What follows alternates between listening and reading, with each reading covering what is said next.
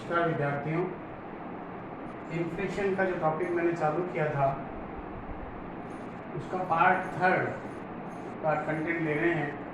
Part 2 में मैंने कल आपको इन्फ्लेशन की इफ़ेक्ट्स के बारे में चर्चा की थी कि मुद्रा प्रसार का किसी भी देश की अर्थव्यवस्था पर किस प्रकार से प्रभाव पड़ता है, और हमने इस पर सामाजिक प्रभाव, राजनीतिक प्रभाव जो है और नैतिक प्रभाव और समाज के विभिन्न वर्गों पर प्रभाव, इसके बारे में हमने विस्तृत अध्ययन किया था।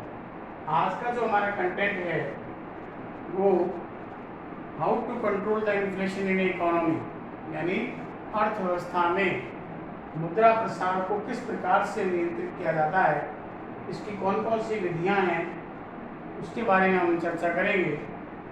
देखिए, किसी भी देश की अर्थव्यवस्था में मुद्रा प्रसार जो है, एक माइल्ड इन्फ्लेशन अगर है, हल्का मुद्रा प्रसार है, तो वो देश के लिए अच्छा माना जाता है, देश के आर्थिक विकास के लिए बढ़िया माना जाता है। कीन्स ने लिखा है कि mild inflation is better for the economy, यानी हल्का मुद्रा प्रसार उस देश के आर्थिक विकास के लिए बढ़िया है, क्योंकि इससे देश के जो उद्योगपति हैं, उत्पादक हैं, विक्रेता हैं, व्यवसाय करता हैं, किसान हैं, उन सबको एक एनर्जी मिलती है, यानी उनको लाभ अधिक होता है, और they increase the more output, वो अधिक उत्पादन करने के लिए प्रेरित होते हैं। लेकिन एक निश्चित सीमा के बाद इन्फ्लेशन अर्थव्यवस्था के लिए हानिकारक माना जाता है, क्योंकि अत्यधिक मुद्रा प्रसार होने पर उस राष्ट्र की जो सामान्य कीमत स्तर है वो बढ़ता है और उसकी परचेजिंग पावर मनी की गिर जाती है, और इस कारण से न केवल इंटरनल जो है प्राइस लेवल में परिवर्तन आता है या इंटरनल परचेजिंग पावर में परिवर्तन आता है, बल्कि इसका प्रभाव अंतर्राष्ट्रीय स्तर पर भी देखने को मिलता है जो है, क्योंकि क्रय शक्ति गिर जाने पर विनिमय दर पर इसका प्रभाव पड़ता है। तो प्रत्येक राष्ट्र का ये कर्तव्य है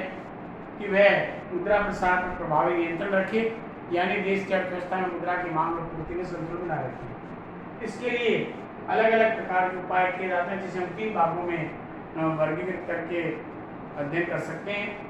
सबसे पहला जो उपाय है वो है मॉनेटरी मेजर्स, यानी मौद्रिक उपाय। मौद्रिक उपाय की अगर हम बात करें तो मौद्रिक उपाय वे उपाय होते हैं जो किसी भी देश के केंद्रीय बैंक के माध्यम से किए जाते हैं। अगर हम इंडियन इकोनॉमी के परिप्रेक्ष्य में बात करें तो RBI is the sole authority to issue of public currency, यानी नोट इश्यू करने का कार्य जो है उसके द्वारा किया जाता है। दूसरा जो रिजर्व बैंक का महत्वपूर्ण कार्य है वो है साख पर नियंत्रण लगाना, यानी इसको आप क्रेडिट कंट्रोल कह सकते हैं, साख नियंत्रण।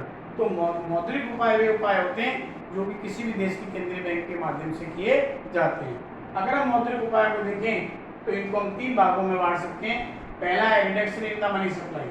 देखिए, मुद्रा की पूर्ति पर नियंत्रण लगाना या मुद्रा की पूर्ति में कमी करना। अगर किसी देश में मुद्रा प्रसार की स्थिति है तो सबसे पहला मौद्रिक उपाय क्या होना चाहिए कि उस देश में मुद्रा की पूर्ति में कमी की जानी चाहिए, और ये कमी अनेक प्रकारों से हो सकती है, और मुद्रा की पूर्ति में कमी करके देश की अर्थव्यवस्था में मुद्रा प्रसार को नियंत्रित किया जा सकता है।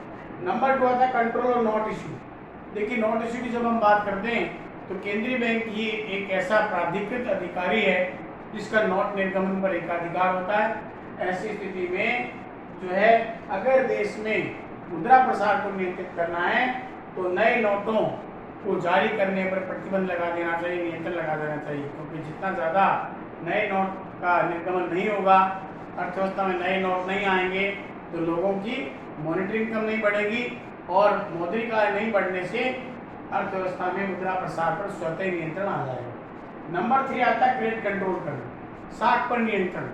देखिए, साख पर नियंत्रण किसी भी देश के केंद्रीय बैंक का जो है मुख्य कार्य होता है, और हमारे यहाँ रिजर्व बैंक ऑफ इंडिया जो है साख नियंत्रण की जो है विभिन्न विधियों को अपना करके देश की अर्थव्यवस्था में मुद्रा की मांग और पूर्ति में संतुलन बनाए रखने का प्रयास करते हैं। अगर हम साख नियंत्रण की विधियों के बारे में बात करें तो 2 प्रकार के मेथड को आरबीआई द्वारा अडॉप्ट किया जाता है। सबसे पहला क्वांटिटेटिव मेथड और नंबर 2 क्वालिटेटिव मेथड। पहला है परिमाणात्मक विधियां, दूसरी गुणात्मक विधियां।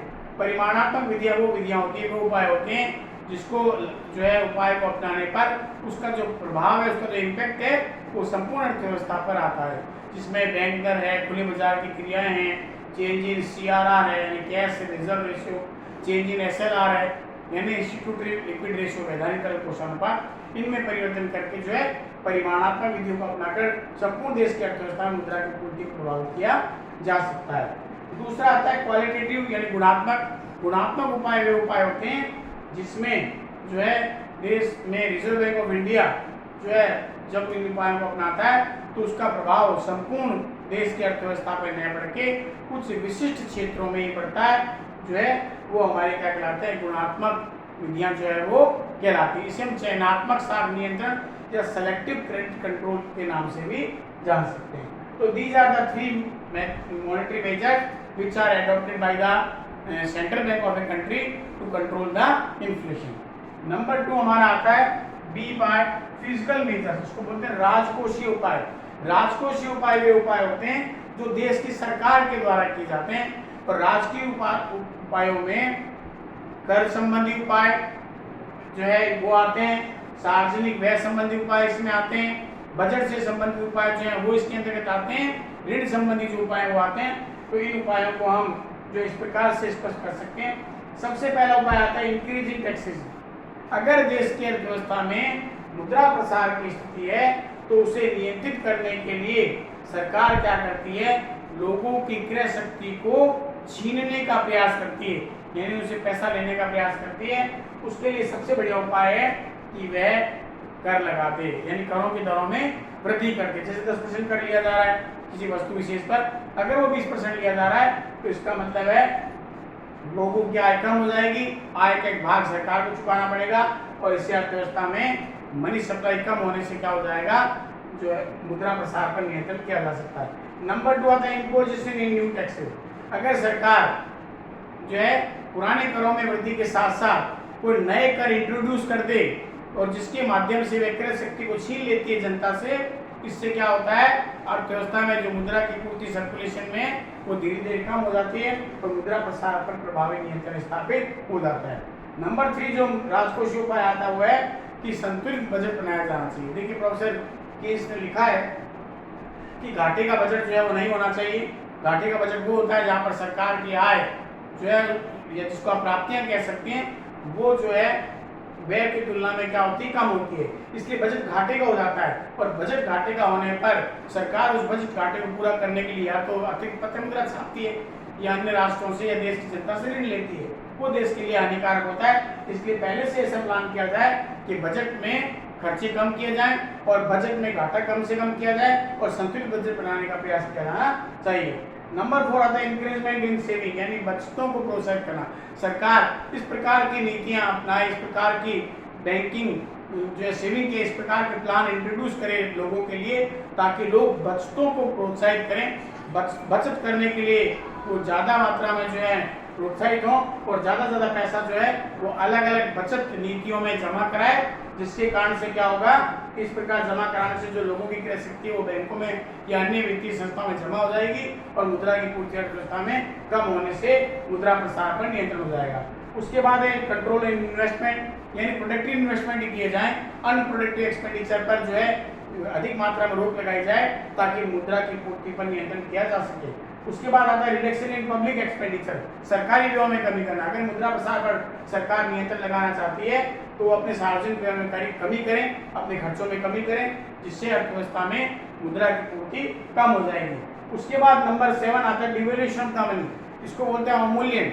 अवमूल्यन का मतलब है जानबूझ करके जो है एक राष्ट्र जानबूझ के दूसरे राष्ट्र की तुलना में अपनी मुद्रा का मूल्य कम कर लेता है, उसे डिवैल्यूएशन अवमूल्यन कहा जाता है। अवमूल्यन का प्रभाव ये होता है कि निर्यात सस्ते और आयात महंगे हो जाते हैं और ऐसी स्थिति में निर्यातों में वृद्धि हो जाती है।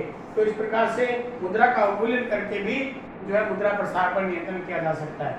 नंबर 8 आता है वेज फ्रीज, यानी जब देखा जाता है अर्थव्यवस्था में अप्रत्याशित मात्रा में जो है मुद्रा प्रसार हो गया है तो श्रम संघों के साथ में मीटिंग करके वार्ता करके उन्हें एक निश्चित समय के लिए इस बात के लिए राजी कर लिया जाता है कि अब आपका वेतन नहीं बढ़ाया जाएगा 1 साल के लिए, 6 महीने के लिए, ताकि उनका ना तो वेतन बढ़ेगा और वेतन न बढ़ने से उनकी मॉनेटरी इनकम नहीं बढ़ेगी, और मॉनेटरी इनकम न बढ़ने से मनी सप्लाई अर्थव्यवस्था में नहीं बढ़ेगी, जिससे मुद्रा प्रसार पर या इन्फ्लेशन पर नियंत्रण स्थापित हो जाएगा।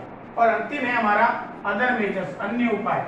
अन्य उपायों में जो है सबसे पहला हमारा आता है इंक्रीज इन प्रोडक्शन, यानी मॉनेटरी मेजर्स और फिजिकल मेजर्स के अलावा कुछ अन्य उपायों को अपनाकर भी देश की सरकार जो है मुद्रा प्रसार पर नियंत्रण लगा सकती है, जिसमें सबसे पहले उत्पादन में वृद्धि करना। सरकार इसमें वाच आउट करती है कि कौन कौन सी ऐसी वस्तुएं जिनके मूल्य अप्रत्यक्ष रूप से बढ़ रहे हैं, किन किन के कारण से अर्थव्यवस्था में महंगाई बढ़ रही है, जनरल प्राइस लेवल बढ़ रहा है, उन वस्तुओं का उत्पादन करके उसकी पूर्ति बाजार में दे करके कीमतों को नियंत्रित करने का प्रयास करती है। नंबर 2 है इंपोर्ट ऑफ गुड्स, कि जिन जिन वस्तुओं का अभाव है देश में, जो हमारे उत्पादित भी नहीं हो रही है, उन्हें सरकार बाहर से आयात करके उसकी पूर्ति अर्थव्यवस्था में दे करके मूल्यों को नियंत्रित करने का प्रयास करती है, जिससे मुद्रा प्रसार पर नियंत्रण किया जा सकता है।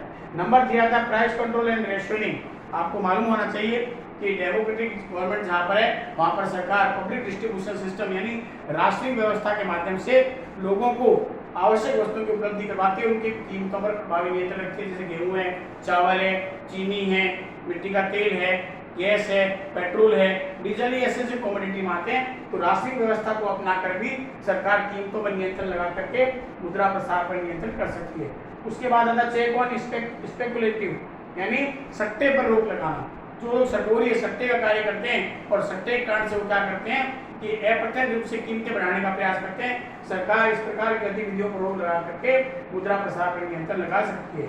और लास्ट है check on distribution of profit. देखिए बड़ी बड़ी जितनी भी जॉइंट स्टॉक कंपनी, ऐसे पूंजी वाली कंपनियां, उनका अगर लाभ ज़्यादा मात्रा में होता है तो क्या करते हैं, वो अपने अंशधारियों को लाभांश के रूप में वितरित करते हैं, और जब लाभांश के रूप में अंशधारी को इस प्रकार का लाभ वितरित किया जाता है तो उनकी मॉनेटरी इनकम बढ़ जाती है, और मॉनेटरी इनकम बढ़ने से देश की अर्थव्यवस्था में मुद्रा प्रसार की स्थिति उत्पन्न हो जाती है, क्योंकि मुद्रा की पूर्ति बढ़ जाती है। तो इस प्रकार से इस प्रकार के जो है लाभ के वितरण पर अगर सरकार किसी प्रकार का कोई भी कानून लागू करके इस पर नियंत्रण अगर लगा दे तो मुद्रा प्रसार पर प्रभावी नियंत्रण लगाया जा सकता है। इस प्रकार से कोई भी राष्ट्र जो है वो अपने मॉनेटरी मेजर्स यानी मौद्रिक उपाय या फिजिकल मेजर्स राजकोषीय उपाय अथवा अन्य उपायों को अपना करके देश की अर्थव्यवस्था में मुद्रा प्रसार को प्रभावी रूप से नियंत्रित किया जा सकता है।